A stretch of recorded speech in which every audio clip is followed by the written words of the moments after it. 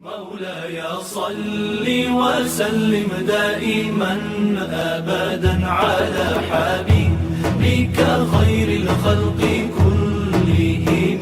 مولاي صل وسلم دائما أبدا على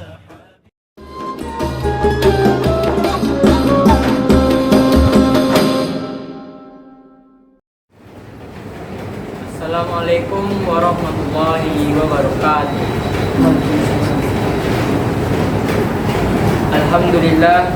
Alhamdulillahirabbil alamin. Wassalatu wassalamu ala asrofil anbiya'i wal mursalin wa ala alihi wa sahbihi rasulillahi ajma'in. Amma ba'd.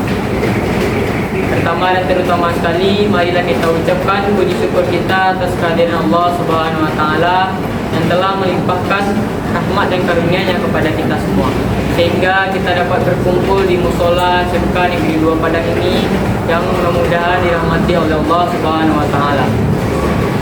Salawat beriringi salam tidak lupa pula kita hadiahkan kepada baginda Nabi besar kita, yakni Nabi besar Muhammad sallallahu alaihi wasallam, dengan doa Allahumma sholli ala Muhammad wa ala ali Muhammad.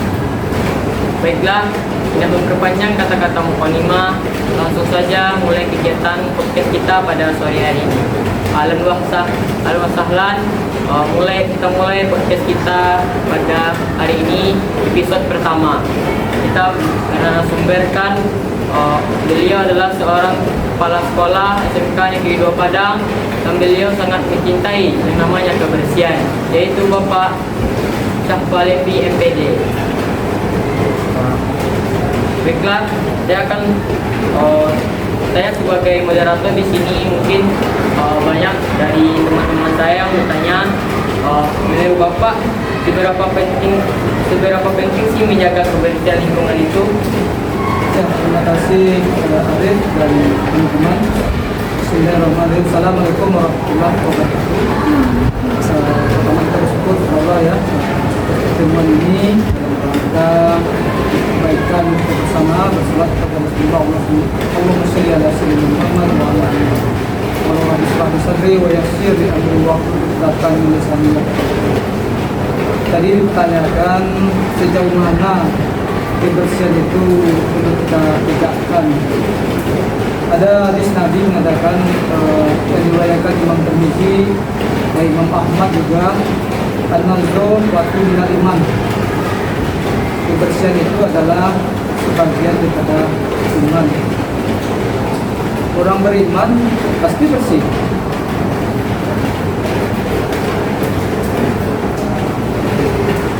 Negara yang maju pasti bersih. Bandingkan negara-negara yang dianggap masih belum maju. Negara maju apa contohnya? Singapura, ya, Singapura kan? Jepang, Tokyo. Ya. Contohnya lagi di negara kita aja lah, Jakarta. Dia di kawasan Monas itu dekat itu kan? Ya bersih itu. Ya. Kawasan di Padangnya Jalan Sudirman bersih. Coba di kawasan-kawasan orang yang pinggir-pinggir itu motor kan? Ya, motor. Jadi mana yang senang motor? Yang jalan Sudirman Kota Padang itu kita pakai motor, atau di pinggir jalan yang banyak sampah berserakan selokan itu. Kita senang kita yang jalan indah kan? Ya. Di mall tidak bersih, senang kita kan? Di pasar-pasar tertentu yang tidak bersih kita kan malas lihatnya. Malas. Jadi ini dari dulu juga dianjurkan oleh Nabi kita, kebersihan itu sebagian daripada iman. Kemudian lagi contoh dianjurkan di agama kita, di Islam ya, Islam. Contoh setiap kita sholat ke menghadap Allah. Menghadap Allah harus bersih kan? Harus bersih. Menghadap Allah ini bersih. Apalagi menghadap bertamu dengan Bapak Wali Kota, Pak Gubernur. Kan harus bersih kita kan, mandi dulu atau segala macam. Kalau kotor-kotor aja misalnya kita sudah berlulu-lulu, kotoran pakai baju kotor, dari sawah, dari apa, masa dulu kan tidak boleh. Jadi ke depan naik pesawat kita bersih kan? Ya. Bersih. Ada sampah berserakan, ada kan? Naik kereta api kita sekarang kan, tapi kendaraan bersih kan? Jadi untuk itulah dari sekarang Anda semua, ini perlu dibudayakan, menjasahkan hidup bersih. Bersih itu indah, bersih itu cantik. Orang yang bersih itu gagah ini. Orang yang bersih itu cantik ini. Coba lah bajunya kotor, nak mandi, pasti jelek ini kan? Udah bersih, berhias rapi, pergi sekolah dengan gigi, rambut disisir, baju harum, senang orang ini. Kaos kaki yang harum. Jadi ini adalah seberapa penting di dalam negeri ini adalah hakiki kebutuhan kita untuk kebersihan. Untuk menjadi orang hebat, untuk menjadi orang negara maju, untuk menjadi orang kaya, harus bersih. Harus bersih. Jadi nanti kita latih dari sekarang perlu kebersihan itu sangat penting sekali di kita. Sekolah-sekolah yang bersih, indah, senang orang lihat. Coba sekolah-sekolah yang kotor, kacanya berserakan, sampah berserakan, dindingnya kotor, pasti tidak senang kan. Tapi kalau indah, indah, pekarangannya indah, taman-tamannya indah, surganya taman-tamannya indah gitu kan. Jadi kebersihan ini adalah sangat penting sekali. WC yang bersih, senang kan? Ya, WC bersih. Kalau dijaga itu kan, kalau WC tidak bersih, dokumentasi hari. Nah, ini kan sudah buang apa, kebutuhan toilet, kita bersihkan, kita siram. Jadi kebersihan ini adalah vital bagi kita. Kalau nggak bersih sakit, minimal sakit. Kalau baju nggak bersih, sakit kulit nanti. Panau namanya itu, panu, kurap gitu kan. Jelek kulitnya nanti. Panu itu yang putih itu.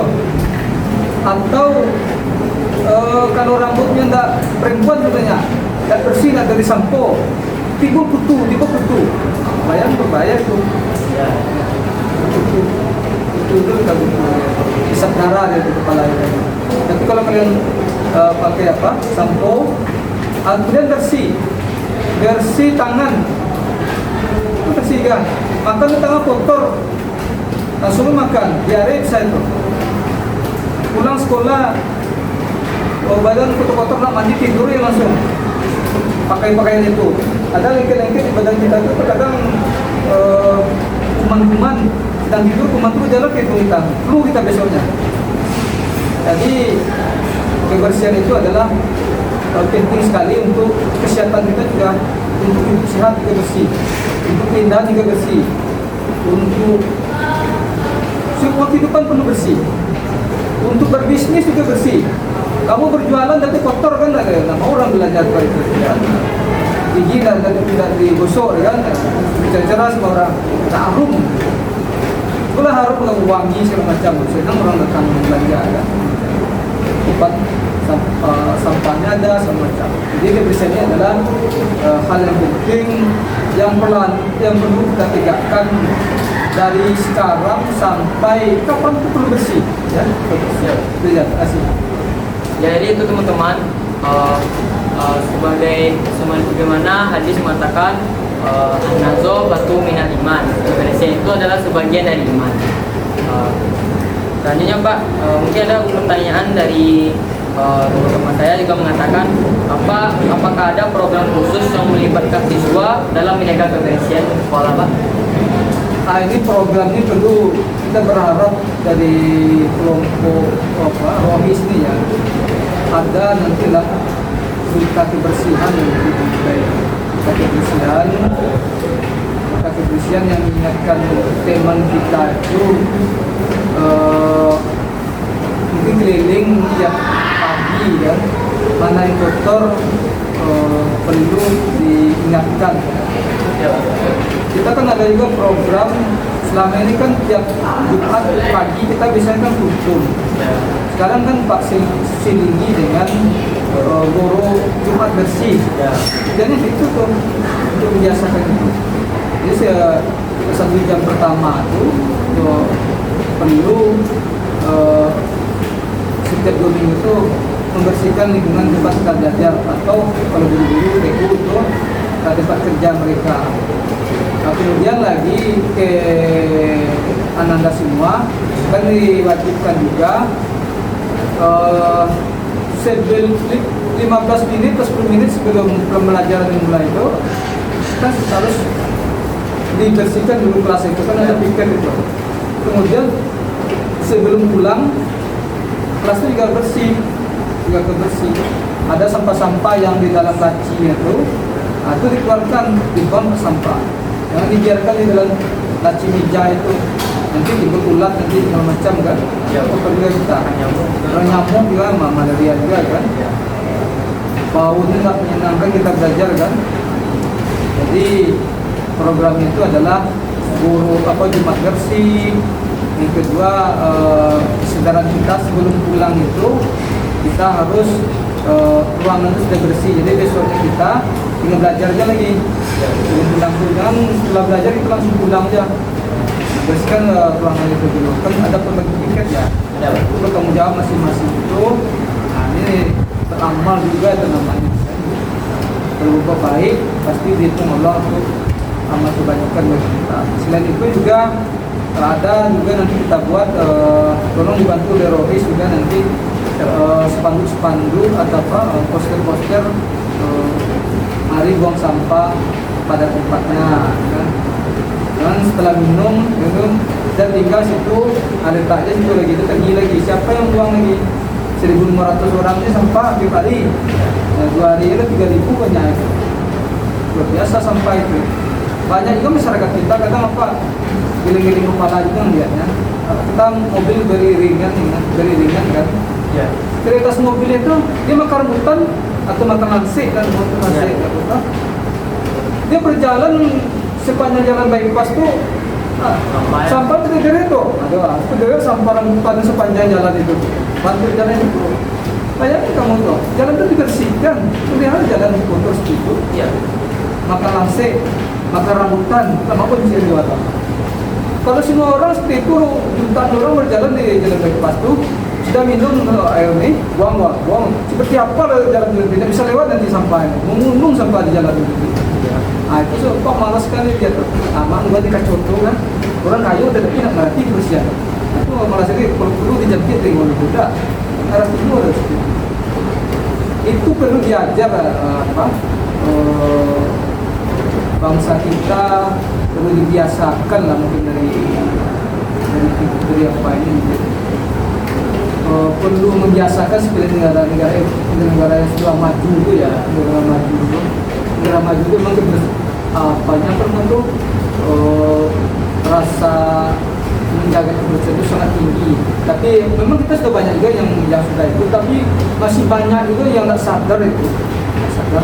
Nah sarjana kadang-kadang ada juga yang merhati. Nah sarjana, orang kayu, ngerti. Yang seperti Pak Sabda tadi kan?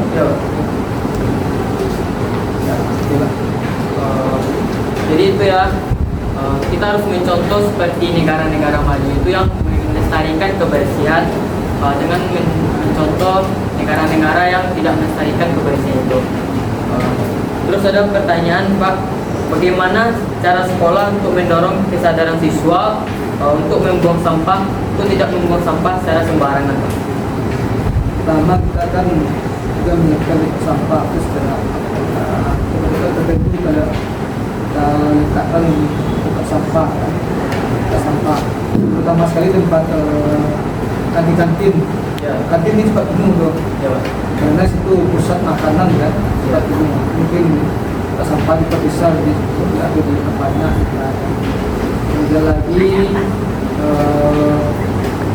ada sebenarnya begini, ada bapak jadi SD yang dilakukan di dekat tahun 5 itu Ya. tertulis di situ buang sampah sembarangan denda 5.000.